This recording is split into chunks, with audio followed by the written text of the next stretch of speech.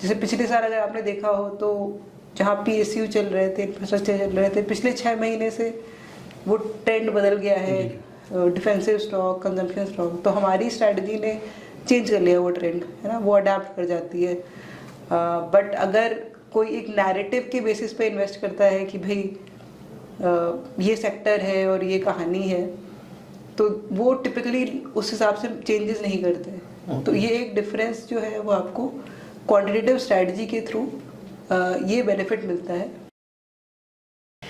Hello, my name is Vikas Agrawal and I am the founder of AIF and PMS Experts India. What we have observed is that there are more than 90% of the viewers in our YouTube channel who have watched our video and have been watching our video continuously at the regular intervals but have not yet subscribed to our channel. So my submission to all of you is that please subscribe to our channel so that we can reach out to more individuals like you and spread the awareness about the whole investing game. Thank you so much. Hello everyone, मेरा नाम समीर कुमार है और मैं AIF PMS में as a CBO काम करता हूं।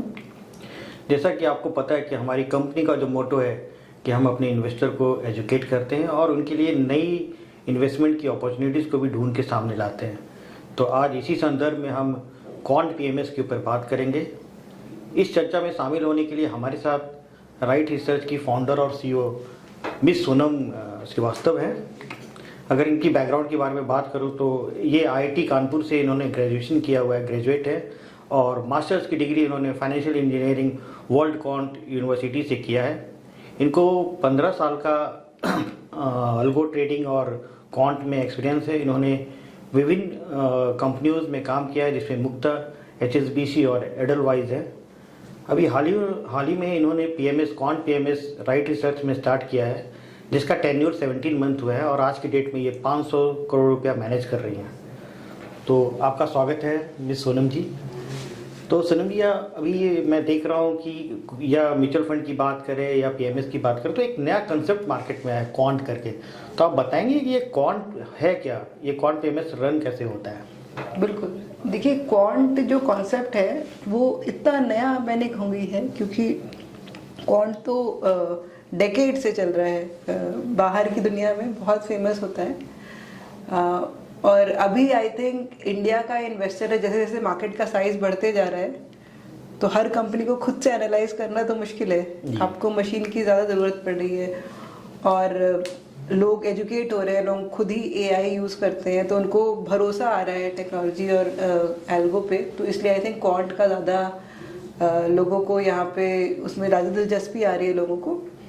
देखिए क्वांट जो कॉन्सेप्ट होता है, एज अ इन्वेस्टर चाहे जो भी हो, सबका एम एक ही होता है कि हमको मतलब रिटर्न्स बनाने हैं, हमको रिस्क कम करना है।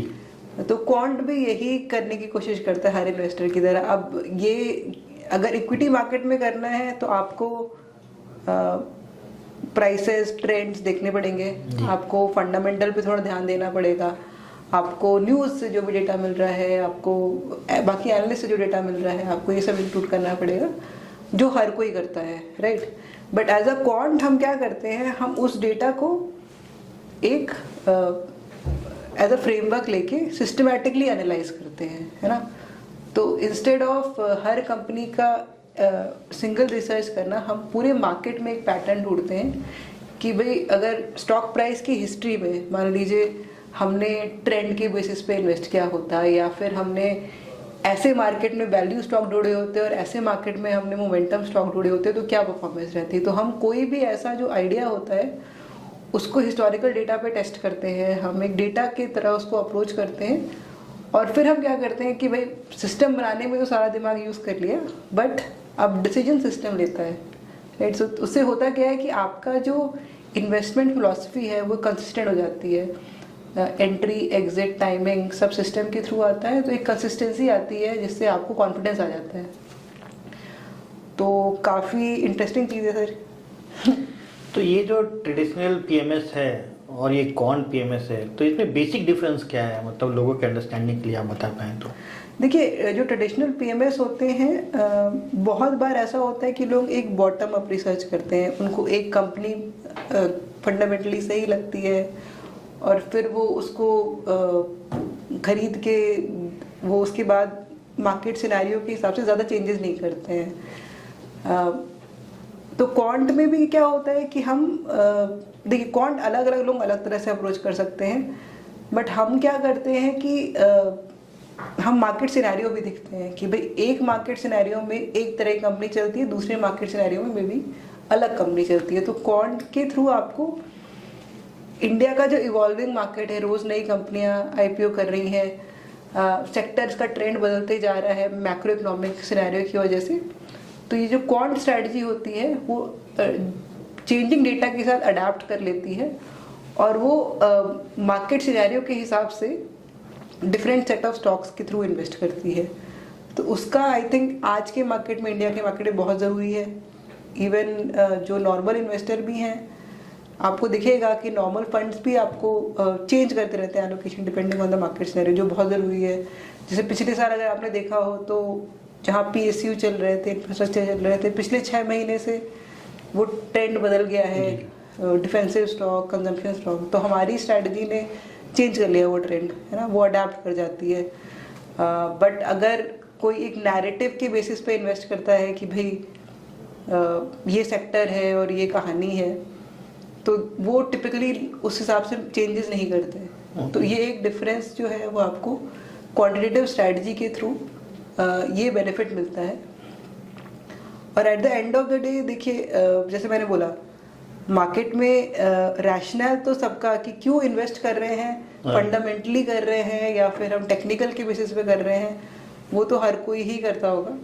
बट हम लोग उसको एक सिस्टमैटिक तरह से कर रहे हैं, राइट। हम पूरे यूनिवर्स पे देख रहे हैं और थोड़ा सिस्टमैटिक सा अप्रोच हो जाता है। ओके, जैसे आपने बताया कि ये क्वांट नया नहीं है, बाहर के मार्केट में ये काफ़ी दिनों से चल रहा है, तो आप बता पाएंगे कि इंडिया के मार्केट के कंपेरेटिव में बाहर ये कितना बड़ा मार्केट है और आपको लगता है कि इंडिया में इसका स्कोप बड़ा है? बिल्कुल, देखिए जैसे आज के टाइम पे अगर आप इंडिया के मार्केट में देखें तो मेरे ख्याल से 5% से भी कम, या अगर आप क्वांट म्यूचुअल फंड को काउंट करेंगे तो 5% से भी कम पैसा क्वांट स्ट्रैटेजी के थ्रू इन्वेस्ट होता है।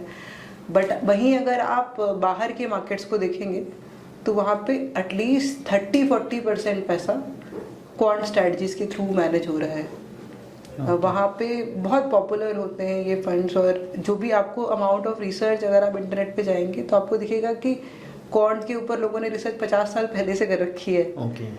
तो आई थिंक इंडिया में देखिए पहले क्या था, इंडिया का मार्केट काफ़ी छोटा था, तो वो आपका फंडामेंटल और बॉटम अप पिकिंग से चल जाता था। बट अब जैसे जैसे मार्केट बड़ा होते जा रहा है, आई थिंक इसीलिए लोगों का इंटरेस्ट भी वहाँ बढ़ते जा रहा है। और सर मैंने पिछले 15 साल से मैं सिर्फ क्वांट में ही काम कर रही हूँ। मैंने पहली नौकरी ही क्वांट में चालू करी थी।